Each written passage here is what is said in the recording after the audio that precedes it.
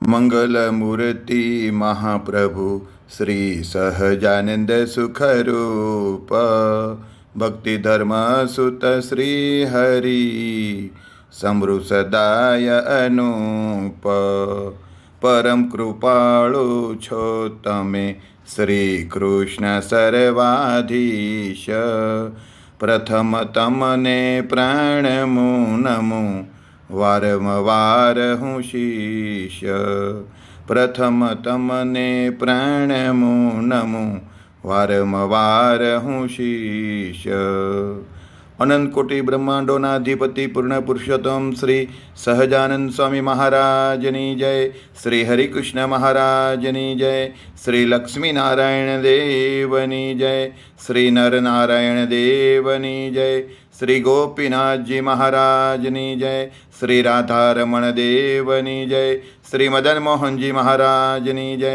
શ્રી ધર્મ ભક્તિ વાસુદેવની જય, શ્રી ઘનશ્યામ મહારાજની જય. વડતાલ ગાદીને શોભાવતા પરમ પૂજ્ય ધર્મ ધુરંધર 1008 વિદ્યમાન આચાર્ય સનાતન આચાર્ય મહાસમર્થ આચાર્ય ગુરુ શ્રી અજેન્દ્ર પ્રસાદજી મહારાજની જય. પરમ પૂજ્ય ધર્મ ધુરંધર 108 ભાવિ આચાર્ય શ્રી નુગેન્દ્ર પ્રસાદજી મહારાજની જય. સમગ્ર ધર્મકુળ ભક્તિકુળ ભગવાનના વાલા સર્વે મુક્તો સર્વે સંતો ભક્તોના ચરણોમાં કોટી કોટી સાષ્ટાંગ દંડવટ વંદન પ્રણામ સાથે સૌ ભક્તોને જય સ્વામિનારાયણ. કતારગામ વેડ રોડ ડભોલી 4 રસ્તા હરિમંડપમાં બિરાજતા શ્રી સ્વામિનારાયણ ભગવાન અને તેમના લીલા ચરિત્રથી સભર શ્રી હરિચરિત્રામૃત સાગર ભગવાનની લીલા અને ભગવાનની આજ્ઞા. શ્રીહરિની જેટલી વાતો છે તે તમામ દુઃખોનો નાશ કરનારી છે. શ્રીહરિની વાત સિવાયની જેટલી બીજી વાતો છે તે તો સંસારમાં ભટકાવનારી છે. એમ જે વિવેકપૂર્વક સમજે છે તે જ મનુષ્ય છે, તે જ પંડિત છે. શ્રીહરિની વાત સિવાય બીજી બાબતમાં જે સાર માને તે મનુષ્યનો દેહ પામ્યો હોય તો પણ શું થયું? કેમ જે તેને માથે સંસારનું ભટકણ તો રહેલું જ છે. કોઈ મોટો પંડિત થાય તો પણ શું થયું? કેમ જે જ્યાં સુધી તે સત્સંગનો દ્રોહ કરે છે ત્યાં સુધી તે વારંવાર સંસારમાં ભટકતો રહે છે. જેને સત્સંગ થાય છે તેને આવું જણાય છે. સત્સંગ વગરના તો આ સંસારમાં ભટકતા જ રહે છે. સત્સંગ સિવાયના જેટલા સાધન છે તે બધા જ સંસારમાં ભટકાવનારા છે. આવી રીતે જે સમજે છે તે જ સાચો મનુષ્ય અને ખરો પંડિત કહેવાય છે. જ્યારે મનુષ્યને સત્સંગ થાય છે ત્યારે જ તેના સંસારના અંત આવે છે. ત્યારે જ એનો સંસારનો અંત આવે છે. ખરેખર મોક્ષનું દ્વાર તો એક સત્સંગ જ છે. તે સત્સંગથી જ મોક્ષ સિવાયના બીજા બધા દ્વારોનો ભંગ થતો દેખાય છે. જ્યારે હૃદયમાં ભગવાન વસે છે ત્યારે બધી જ કુમતિનો નાશ થાય છે અને રૂઢી બુદ્ધિ ઉપજે છે. જ્યારે રૂઢી બુદ્ધિ આવે છે ત્યારે સત્સંગ વગરના ભગવાનથી દૂર રાખનારા લોકો તેને દેખાઈ આવે છે. એવું જ્યારે દેખાય છે ત્યારે તેની રૂઢી બુદ્ધિ થઈ છે એમ જાણવું. જ્યાં સુધી તેવા ભગવાનથી વિમુખ કરનારાને જે કોઈ ઓળખતા નથી ત્યાં સુધી તેમાં તેટલી કુમતિ અને મોહ રહ્યા હોય છે. જેમાં જ્યાં સુધી કુબુદ્ધિ અને મોહ રહે છે ત્યાં સુધી તે સત્સંગનો દ્રોહ કરાવે છે. તે કુબુદ્ધિ અને મોહનો ત્યાગ કર્યા સિવાય સત્સંગમાં પ્રેમ થતો નથી.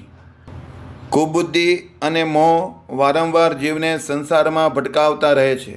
તો પણ જેમ અફીણના વ્યસનમાં કાંઈ સાર નથી એમ આખો સંસાર જાણતો હોવા છતાં તેનો અભાવ થતો નથી. તેમ જ્યાં સુધી કુમતિ અને મોહ રહે ત્યાં સુધી તેનો અભાવ આવતો નથી. તે કુમતિ મદિરા કહેતા દારૂ માંસ વ્યભિચાર અને ચોરી વગેરે પાપો કરાવે છે. જેનો ગણતા પાર આવે નહીં તેવી અયોગ્ય બાબતો કુમતિ અને મોહ કરાવે છે. જ્યાં સુધી મનુષ્ય સત્સંગથી દૂર રહે છે ત્યાં સુધી કુસંગ અને મોહ અધિકને અધિક વધતા રહે છે, છતાં તે દેખાતા નથી. જ્યાં સુધી સત્સંગ ન કરે ત્યાં સુધી જેટલી અયોગ્ય બાબતો છે તે દેખાતી નથી. સત્સંગ તેવી બધી જ બાબતોને દેખાડનારો છે. સત્સંગ એટલો મહાન છે કે સત્સંગ કરવાથી આપણે કયા અયોગ્ય માર્ગે ચાલીએ છીએ, હું ભૂલ કરીએ છીએ, હું પાપ કરીએ છીએ, હું ન કરવાના ધંધા કરીએ છીએ, એ બધું સત્સંગ દેખાડે છે. સત્સંગ વગર એ ક્યાંય ખબર પડતી નથી. માટે સત્સંગ સિવાય રૂડા ગુણ ક્યારેય આવતા નથી. ભગવાનની કથા વાર્તા સિવાય ક્યારેય રૂડા ગુણ આવતા નથી.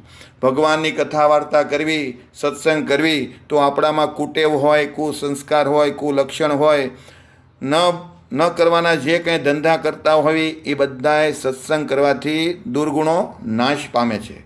અનેક કલ્પો વીતી જાય તો પણ સત્સંગ વગર અયોગ્ય બાબતો દેખાતી જ નથી. જ્યાં સુધી અયોગ્ય બાબતો સમજાતી નથી ત્યાં સુધી તે જીવને વારંવાર સંસારમાં ભટકતા રહેવું પડે છે અને તેમાં ઘણા દુઃખને પામે છે. જ્યાં સુધી કુબુદ્ધિ તથા મોહ રહે છે ત્યાં સુધી તેને શુભ બાબત દેખાતી નથી. જે હરિભક્ત થાય છે તે આવી બધી જ વાતને જાણી શકે છે. હરિભગત વગર તે વાત જાણી શકાતી નથી. તેથી જ સમજી વિચારીને જે સત્સંગ કરે છે એવા હરિભક્ત સમાન બીજા કોઈ થતા નથી. શ્રીહરિએ આ રીતની અપાર વાતો કાયમ કરી. તેમાંથી આ તો થોડીક જ લખી છે, તેનો કહેતા પાર નથી આવતો. શ્રીહરિની જે વાત છે તે તો અપાર ને અપાર છે, તેથી તેનો કહીએ પાર ન આવે એવી અપાર છે. શ્રીહરિની વાતો સંસારથી તારનાર વહાણ રૂપ છે એમ સમજીને જે મેં અહીં લખી છે તે પછીના બીજા દિવસે ગામના જે બધા હરિભક્ત હતા તેમણે મળીને રસોઈ આપી. તેને શ્રીહરિ તથા સંતો ભાવથી જેમાં. સુંદરિયાણા આગળ જે વાત કહી હતી તે વાત જેમ છે તેમ હું લખું છું. સુંદરિયાણા ગામના જે હરિભક્તોએ રસોઈ આપી હતી તેમણે શ્રીહરિ તથા સંતોની પૂજા કરી. પછી શ્રીહરિ અમૂલ્ય અશ્વ ઉપર બેસીને સુંદરિયાણાથી ચાલતા થયા. શ્રીહરિના મસ્તક ઉપર ઘણું કિંમતી છત્ર ધાર્યું હતું. શ્રીહરિએ બધા જ શ્વેત વસ્ત્ર પહેર્યા હતા. આખા શરીરમાં મહારાજે સફેદ વસ્ત્ર ધારણ કર્યા હતા. જેટલા કારિયાણી, કુંડળ, ઝીંઝાવદર, ગઢપુર, ખંભાળા, વાંકિયા, ગુંદાળા, સાળંગપુર, બોટાદ અને નાગડકાના હરિભક્ત કાંઠી સવારો હતા તે સૌ શ્રીહરિની સાથે ચાલ્યા આવતા હતા. પછી શ્રીહરિ ભેંસજાળ ગામ આવ્યા. ત્યાં ક્ષત્રિય ઝાલા કાયાભાઈ નામે હરિભક્ત હતા. શ્રીહરિ તેના રાજદરબારમાં આવ્યા. શ્રીહરિએ રાજદરબારમાં ઉતારો કર્યો. કાયાભાઈ તેમના ભાઈ સજાભાઈ અને ત્રીજા જેઠીભાઈ તે સૌ હરિભક્ત હતા. તેમના બધા પુત્રો પણ હરિભક્ત હતા. કાયાભાઈના કાકાના પુત્ર જુણાભાઈ પણ સારા પાકા સત્સંગી હતા. તેમના પત્ની અને પુત્ર પણ સારા હરિભક્ત હતા. શ્રીહરિ આવ્યાના સમાચાર સાંભળીને જુણાભાઈ શ્રીહરિની સમીપે આવ્યા અને ચરણોમાં મસ્તક નમાયું. પછી તેમણે 2 હાથ જોડીને વિનંતી કરીને કહ્યું, હે પ્રભુ, મારી વાત સાંભળો. મારા દરબારગઢમાં મેં નવું ભવન, નવું મકાન બનાવ્યું છે. આપ તો ભક્તપતિ, ભક્તવત્સલ અને બહુનામી છો. માટે આપ ત્યાં મારા નવા ભવન સુધી પધારો. શ્રીહરિ જુણાભાઈની વિનંતી સાંભળીને ચાલ્યા અને તેના દરબારગઢમાં આવ્યા. તેમણે શ્રીહરિને પલંગ ઉપર પધરાવ્યા અને ખૂબ જ પ્રેમથી પૂજા કરી. ધૂપ દીપ કરીને આરતી કરી અને આ રીતે ઘણા ભાવથી તેમણે શ્રીહરિને પોતાના ભવનમાં પધરાવ્યા. ભગવત સંબંધ ભવસાગર તારવાનો સેતુ છે. શ્રીહરિ આ રીતે જે કોઈના ભવનમાં, ઘરમાં પધારતા ને ગામમાં જતા, જે વૃક્ષની નીચે જઈને બેસતા તથા જે તળાવ, નદી, કૂવો, વાવ, ફૂલવાડી વગેરે જે સ્થળે જઈને બેસતા તેને સંભાળીને ભક્તજનો સંસારના પારને પામી જાય છે. અનેક લોકોનો ઉદ્ધાર કરવા માટે અને આવી લીલાઓની સ્મૃતિ રહે તે માટે શ્રીહરિ સર્વે ચરિત્ર કરતા હતા. મહારાજ કે સમાધિનિષ્ઠ થાય કે મતલબ બ્રહ્મવેતા થાય તો અમે જે અવતારમાં જે સ્થાનકને વિશે જે ગામમાં જે લીલા કરી એ કાયમ સંભાળવી. શું કામ? ભગવાનના લીલા ચરિત્રમાં એટલી તાકાત છે કે ગમે એવા કામી હોવી, ક્રોધી હોવી, લોભી હોવી, માની હોવી, સ્વાદી હોવી, સ્નેહી હોવી, તો ભગવાન એમાંથી એ બધા લક્ષણો, કુલક્ષણો એને બાળીને ભસ્મ કરી નિર્વાસનિક કરે એવા લીલા ચરિત્રમાં તાકાત છે. જુણાભાઈના નવા ભવનમાં જઈને પછી શ્રીહરિ કાયાભાઈના ભવનમાં આવ્યા અને ત્યાં પલંગ ઉપર બેઠા. તે દિવસે કાયાભાઈની રસોઈ હતી. શ્રી અયોધ્યા પ્રસાદજી તથા શ્રી રઘુવીરજી મહારાજ શ્રીહરિ માટે જે રસોઈ તૈયાર કરી તેને શ્રીહરિ ખૂબ પ્રેમથી ભાવથી જમ્યા. રસોઈમાં સાકર નાખીને શીરો કર્યો હતો અને પૂરી બનાવી હતી. રીંગણાનું સરસ મજાનું શાક બનાવ્યું હતું. તેમાં તાજું ઘી ઘણું નાખ્યું હતું. કિંમતી ભાત લાવીને બનાવ્યો હતો. દૂધમાં સાકર નાખી હતી. તેમનો જે ભાવ હતો તે કહી શકાતો નથી. પછી જ્યારે સંધ્યા આરતી કરી ત્યારે સૌએ નારાયણ ધૂન કરી. કાયાભાઈએ જે રસોઈ કરાવી હતી તેને શ્રીહરિ ઘણા પ્રેમથી જમ્યા હતા. શ્રીહરિ જે થાળ જમ્યા તેની પ્રસાદી કાયાભાઈએ લીધી. કાયાભાઈના ભવનમાં જે બાઈઓ હતી તે બધી જ પાકી હરિભક્ત હતી. તેમને સત્સંગ સિવાય બીજું કાંઈ ગમતું ન હતું. સત્સંગ સિવાયનું બધું તેઓ કાળનું ચવાણું દેખતી હતી. આવા જે હરિભક્ત હોય તેના ઉપર શ્રી હરિવર ખૂબ જ પ્રસન્ન થાય છે. માટે હે હરિભક્તો, આપણે ભગવાન પાસે એ માગવું, હે મહારાજ તમે અતિ પ્રસન્ન થાવ એવું મારું જીવન બનાવજો, મારા પરિવારનું એવું જીવન બનાવજો, જેથી કરીને હે મારા વાલા, હે શ્રીજી મહારાજ, તમારા વાલા તમારા ગાદીએ બેઠા એવા આદિ વિદ્યમાન ભાવી સર્વ આચાર્ય મહારાજ, માતુશ્રી, ધર્મકુળ, ભક્તિકુળ, સર્વે ધર્માચાર્યો, સર્વે ધર્મકુળ આશ્રિત સંતો ભક્તોની અમે ખૂબ તન મન અને ધનથી, મન કર્મ અને વચનથી ખૂબ જ ભાવથી સેવા કરવી, સત્સંગની સેવા કરવી, સરસ મજાના પાટોત્સવ કરાવી, સરસ મજા અન્નકોટ ઉત્સવ કરાવી, અનેક અભિષેક ઉત્સવ કરવી, ચંદનના વાઘા ધરાવી, અન્નકોટ ઉત્સવ કરવી, મહા મોટા મહોત્સવ કરાવી, એવી હે મહારાજ અમને સેવાનો લાભ આપો. અને એવી સેવાનો લાભ આપો કે તમે તમારા વાલા તમામ સંતો ભક્તો, તમારા વાલા દેવો દેવી દેવતાઓ ખૂબ અમારી ઉપર પ્રસન્ન થાય, તમારા વાલા સંતો ભક્તો પ્રસન્ન થાય એવી અમારી ઉપર મહારાજ કૃપા કરીને અમને એવી સેવાનો લાભ આપો. અને એવી પાત્રતા આપો કે અમને ક્યારેય અહંકાર, દંભ, કપટ ક્યારેય અમારા જીવનમાં ન આવે. એવી મહારાજ અમને એવી પાત્રતા આપજો, અમારી ઉપર એવી કૃપા કરો અને અમને આજને આજ નિર્વાસનિક થવાતું એવી અમારી ઉપર કૃપા કરો. હે મહારાજ, અમને તો તમને મેળવવા સિવાય બીજી કામના નથી.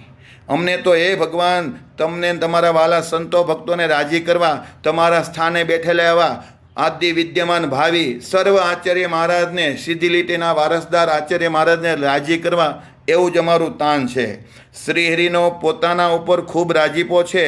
તે જોઈને કાયાભાઈ બોલ્યા, હે મહારાજ, બધા જ હરિભક્તને આપનો યોગ કાયમ રહેતો નથી. આપની છાપની મૂર્તિઓ ઘણા પ્રકારની છે. તેને બધા જ હરિભક્તો પૂજે છે અને હૃદયમાં પરમ આનંદ પામે છે. છતાં આપના ચરણ કમળને પૂજવાનો મનમાં બહુ મનોરથ રહે છે. મનોરથ કરવા છતાં તે મળતા નથી. એવા આપના ચરણકમળ ખૂબ જ દુર્લભ કહેવાય છે. તે ચરણકમળ આપના રાજીપા સિવાય કરોડો ઉપાય કરીને પણ ક્યારેય મળતા નથી. આવું મારા મનમાં દેખાય છે. કાયાભાઈના આગળ કહેલા વચન સાંભળીને શ્રીહરિ તેના ઉપર ખૂબ રાજી થયા. પછી તરત જ તેઓ જે વસ્ત્ર લાવ્યા તેના ઉપર હિંગળોકના રંગથી ચરણારવિંદ છાપી દીધા. આ રીતે કાયાભાઈનો જેવો મનોરથ હતો તેને તેવા રૂપમાં શ્રીહરિએ પૂરો કર્યો. એક રાત રહીને ત્યાંથી ચાલતા થયા. તે ભક્તજનના મનોરથને પૂર્ણ કરનારા શ્રીહરિ નાગડકા ગામ આવ્યા. ત્યાં સુરા ખાચરના ભવનમાં આવીને ઉતારો કર્યો. શ્રી અયોધ્યા પ્રસાદજી અને શ્રી રઘુવીરજીએ શ્રીહરિને માટે રસોઈ કરી. રસોઈ સુરા ખાચરની હતી. તેમાં બિરંજ તથા દૂધપાક બનાવ્યો હતો. શ્રીહરિ સ્નાન કરીને જેમાં તે પછી સુરા ખાચર બોલ્યા કે હે મહારાજ, અમે કેસર ચંદનનો રંગ કરી રાખ્યો છે, તો આપ ઉમંગથી ચરણ ઉપર તે રંગ ધારીને ચરણને વસ્ત્ર ઉપર મૂકો.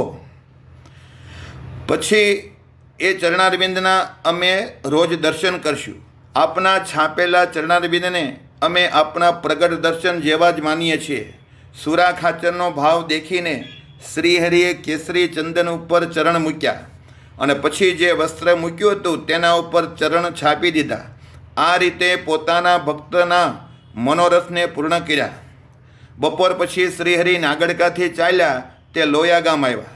લોયા ગામમાં જે હરિભક્તો હતા તે સર્વે શ્રીહરિના દર્શન કર્યા.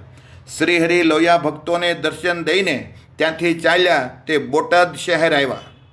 તે વખતે સંધ્યા સમય થયો હતો. દરબાર દાહા ખાચરના દરબાર ગઢમાં શ્રીહરિ ઉગમણા બારના ભવનમાં ઉતારો કર્યો. પૂરમાં જેટલા હરિભક્તો હતા તે સૌ દર્શન કરવા આવ્યા. તેમાં કેટલાક શ્રીફળ અને સાકરના ભરેલા થાળ લઈને આવ્યા હતા. કેટલાક તો પેંડા, ખારેક અને ખજૂરના ભરેલા થાળ લઈને આવ્યા હતા અને કોઈએ ડાળિયા થાળમાં ભર્યા હતા. એ વખતથી બોટાદના શિંગ દાણા અને વટાણા ડાળિયા વખણાય છે. વાહ ભાઈ વાહ, આ મહારાજની કૃપાનું ફળ. કાયમ સમય એક હરખો રહેતો નથી. માટે ભક્તો, આપણને જ્યારે ભગવાન આપે તો એ આપણું ધન કોઈ સારા કાર્યમાં અવશ્ય વાપરી લેવું. કેમ કે કાયમ સમય એક સરખો આ ગ્રસ્તાશ્રમમાં રહેતો નથી. ગ્રસ્તાશ્રમ તો ઊંટના બેસણા જેવો છે. આજે સુખ હોય તો કાલે દુઃખ હોય, કાલે દુઃખ હોય તો પરમ દિવસે સુખ હોય. માટે જ્યારે ભગવાન આપણી ઉપર કૃપા કરે તો આપણું ધન ભગવાનને અર્થે ભગવાનના સ્થાને બેઠેલા એવા આદિ વિદ્યમાન ભાવી આચાર્ય મહારાજ ધર્મકુળને અર્થે અને ભગવાનના વાલા ધર્મકુળ આશ્રિત સાચા સંતો ભક્તોને અર્થે આપણું ધન વાપરી લેવું. જે ધન વાપર્યું છે એ જ આપણું છે. બાકી જેટલું પડ્યું રહેશે નહીં વાપરી એ બધું આપણી માટે કાગળ છે, કોઈ બીજા વાપરી જાય છે. માટે હે ભક્તો, કાંઈક ને કાંઈક સારા કાર્ય કરી લેવા, ભગવાનને અર્થે ધન વાપરી લેવું. એટલું કહીને આગળની કથા હમણે